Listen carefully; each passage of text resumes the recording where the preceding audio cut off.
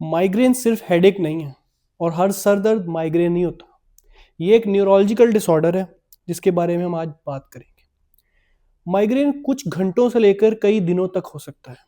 और ये कैसे शुरू होता है? सबसे पहले अर्ली या इनिशियल स्टेज जो होती है उसको हम कहते हैं प्रोड्रोम स्टेज।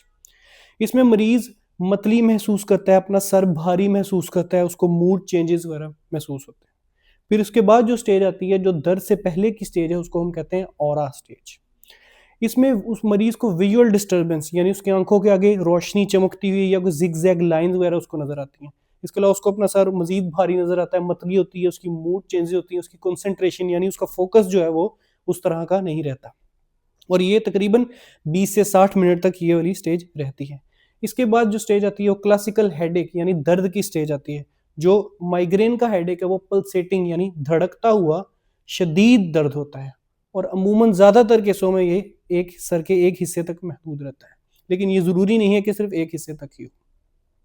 फिर इसके बाद जो अगली स्टेज है दर्द के बाद की, वो है पोस्टड्रोम स्टेज, जिसमें मरीज थका हुआ मतलब ब्रेन फॉग जैसी कंडीशन महसूस करता है। तो एक इम्पॉर्टेंट चीज यहाँ पे समझाना बड़ा जरूरी है कि क्या माइग्रेन सिर्फ आधे सर दर्द को कहते हैं। माइग्रेन की 3 किस्में हैं। एक यूनिलैटरल यानी कि सिर्फ एक साइड तक महदूद, दूसरी बायलैटरल जो दोनों सर के दोनों हिस्सों तक फैलती है, और तीसरी है एक साइड ट्विचिंग जिसमें दर्द एक साइड से शुरू होता है और दूसरी साइड तक जाता है।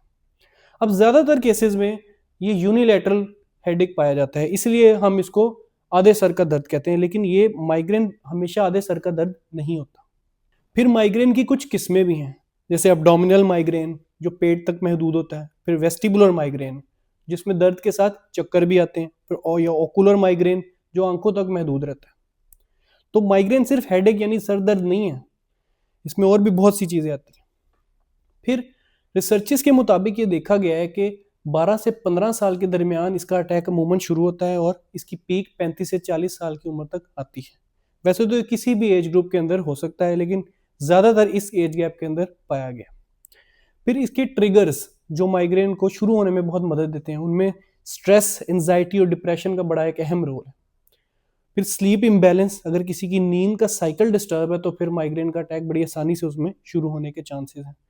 फिर अगर बहुत ज़्यादा तेज़ रोशनियाँ या ऊंची आवाज़ जैसे हॉर्न है, ये चीज़ें भी माइग्रेन को स्टार्ट होने में मदद देती हैं। फिर कुछ खुराक में चीज़ें हैं जैसे cheese, citrusy fruits, lemon, chocolate, caffeine, tea, तो ये सब चीज़ें भी माइग्रेन को स्टार्ट कर सकती हैं। और फिर डिहाइड्रेशन, ये सब चीज़ें एक माइग्रेन के अटैक होने का ट्रिगर का सबब बन सकती हैं। फिर इसके इलाज में सबसे अहम है कि लाइफस्टाइल कंट्रोल।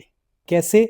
अपनी रूटीन को फिक्स करें, अपने बायोलॉजिकल क्लॉक को मेंटेन करें, अपनी स्लीप को मेंटेन करें, उसका ख्याल रखें, अपने स्ट्रेस को मैनेज करें, और वो ट्रिगर्स फूड्स जो माइग्रेन को ट्रिगर कर रहे हैं आपके, उनको अवॉइड करें। और ये लॉन्ग टर्म मैनेजमेंट के लिए सबसे अहम है कि आप अपने ट्रिगर्स को अवॉइड करें और लाइफस्टाइल मॉडिफाई करें। फिर अगर अक्यूट अटैक यानी ताज़ा ताज़ा माइग्रेन का अटैक आपको हो रहा है तो उस दौरान हम क्या कर सकते हैं?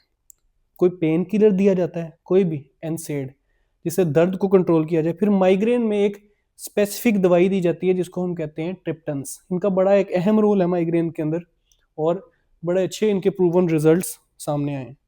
फिर साथ माइग्रेन में हम नोजिया यानी मतली की मेडिसिन भी दी जाती है उल्टी की, और उस मरीज को जिसमें अभी अभी माइग्रेन का अटैक शुरू हो रहा है उसको किसी शांत यानी कि किसी डल लाइट वाले या डार्क रूम में, जहाँ पे ज़्यादा शोर रोशनी वगैरह ना हो, वहाँ पे कुछ टाइम के लिए रखा जाता है ताकि उसका ये अटैक कंट्रोल हो सके। फिर उसकी हाइड्रेशन का ख्याल रखना एक्यूट अटैक के दौरान बहुत ज़रूरी है।